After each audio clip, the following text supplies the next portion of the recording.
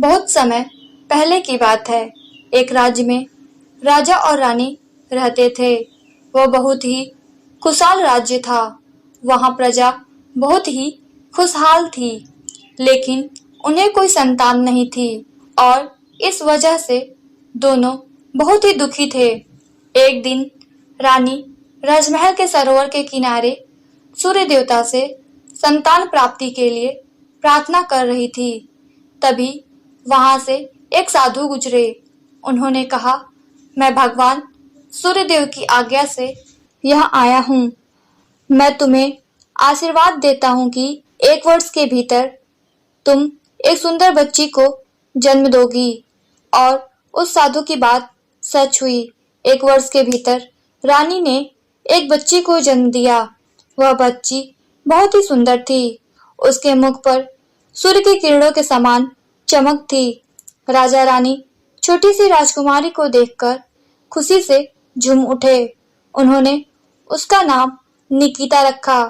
निकिता के जन्म की खुशी में राजमहल में एक बड़े भोज का आयोजन किया गया, जिसमें राज्य की संपूर्ण प्रजा आमंत्रित थी। इसके साथ ही परीलोक से परियों को भी उसमें आमंत्रित किया गया था। वहां से कुल 13 परियों को आमंत्रित किया जाना था, लेकिन भूलवश राजा केवल 12 परियों को ही आमंत्रित किए।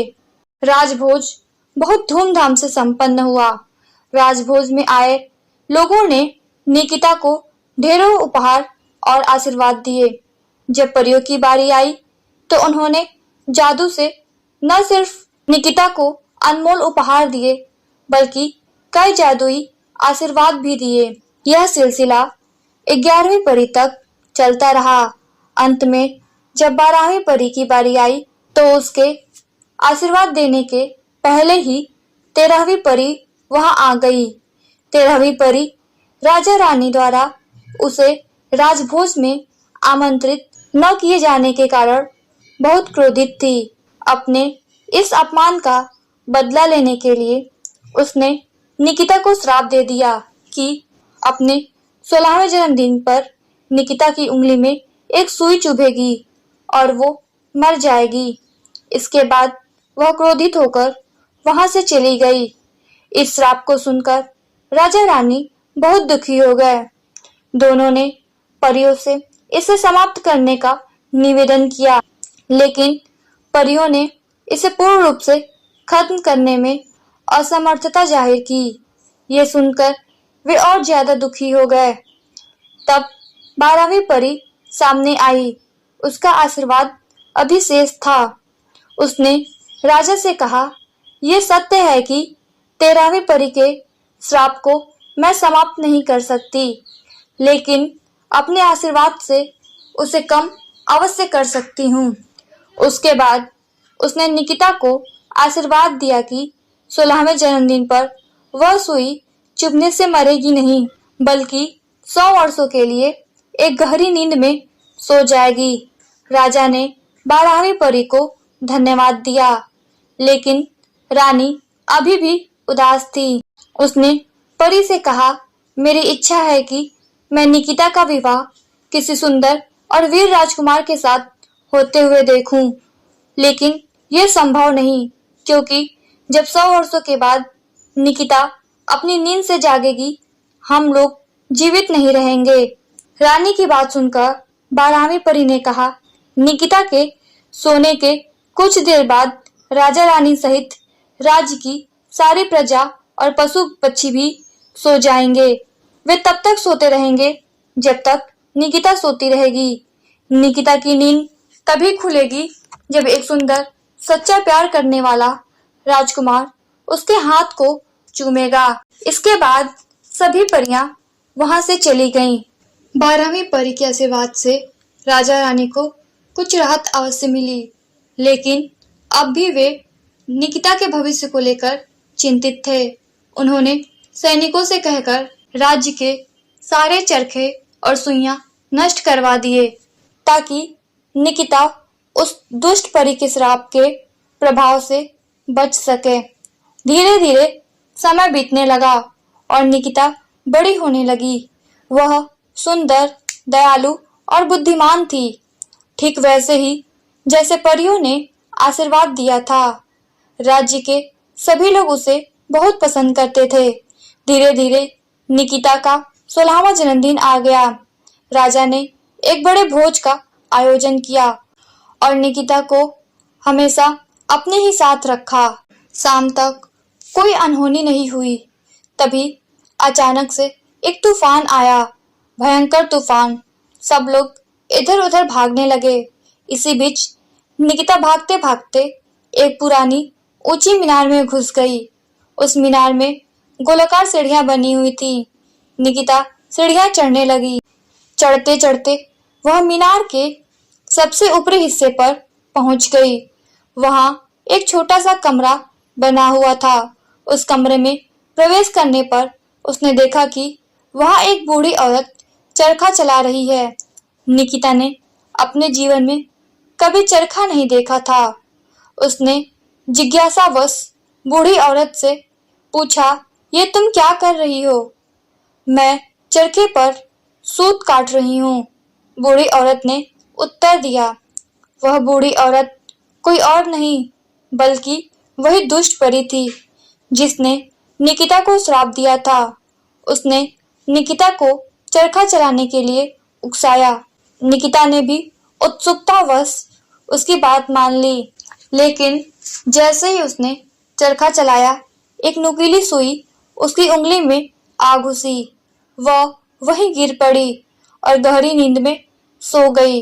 उसके सोते ही राज्य के सभी लोग एक एक करके सो गए। राजा रानी, दरबारी, सैनिक, राज्य की संपूर्ण प्रजा और पशु पक्षी जहाँ थे वहीं सो गए। उनके सोने के कुछ बाद घनघोर काले बादल राज्य के ऊपर छा गए और पूरा राज्य अंधेरे में डूब गया। राज्य के चारों ओर घनी कटीली जंगली झाड़ियां उग आईं और वह राज्य उन झाड़ियों के पीछे छुप गया। समय बीतता चला गया और कटीली झाड़ियों के पीछे छुपा राज्य अतीत का हिस्सा बन गया। लेकिन उस सोए हुए राज्य और सुंदर राजकुमारी निकिता की कहानियां दूर दूर के प्रदेश में प्रसिद्ध थी। कई राजकुमार निकिता को पाने की आशा में उस सोए हुए राज्य को ढूंढने जाते, लेकिन उन कटीली मजबूत झाड़ियों को पार करने में सफल नहीं हो पाते। अपने इसी प्रयास में कई राजकुमार कटीली झाड़ियों में फंसकर मर गए। धीरे धीरे राजकुमारों ने मौत के डर से वहां जाना छोड़ दिया।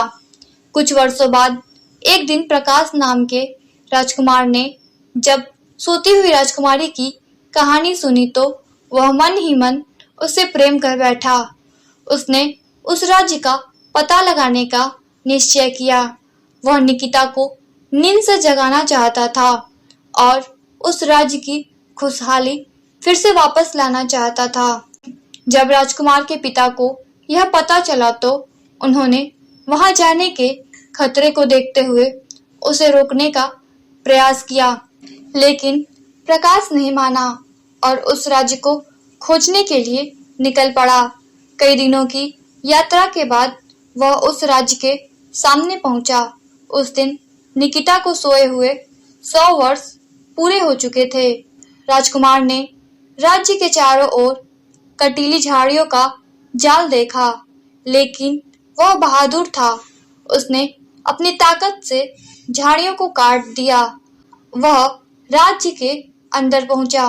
वहां उसने देखा कि जो जहां है वहीं सोया पड़ा हुआ है।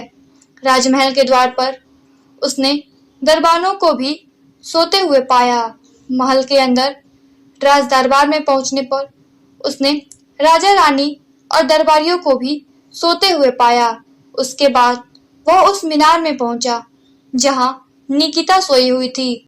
जब राजकुमार ने निकिता को देखा तो बस देखता ही रह गया। उसके मन में निकिता के बारे में सुनकर जो प्रेम का बीज फूटा था वह और गहरा हो गया। उसने निकिता के पास जाकर उसका हाथ अपने हाथों में लिया और उसे चूम लिया। उसके ऐसा करते ही दुष्ट परी का श्राप टूट गया और निकिता नींद से बाहर आ गई। उसने अपनी आंखें खोली तो एक सुंदर राजकुमार को अपने सामने पाया। वह समझ गई कि ये वही सच्चा प्रेम करने वाला राजकुमार है। राजकुमार निकिता के समक्ष विवाह का प्रस्ताव रखा, जिसे उसने सहर्ष से स्वीकार कर लिया। दोनों कमरे से बाहर निकलकर राजदरबार पहुंचे।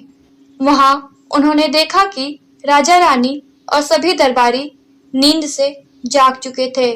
उन्होंने निकिता और राजकुमार का स्वागत किया। राजा रानी बहुत प्रसन्न थे। उन्होंने 2 दिन के बाद निकिता और प्रकाश के विवाह की घोषणा कर दी। दूसरे दिन रानी और निकिता महल के सरोवर के किनारे सूर्य देवता को धन्यवाद दे रहे थे। तभी अचानक सूर्य से एक आग का गोला निकला और परीलोक में दुष्ट परी के ऊपर जा गिरा और दुष्ट परी उसमें जलकर मर गई। उसके बाद सभी खुशी से रहने लगे। दोस्तों, अगर आप लोगों को यह कहानी अच्छी लगी तो इस वीडियो को लाइक कीजिएगा और ऐसे ही और प्यारी कहानियां सुनने के लिए इस चैनल को सब्सक्राइब कीजिएगा। धन्यवाद।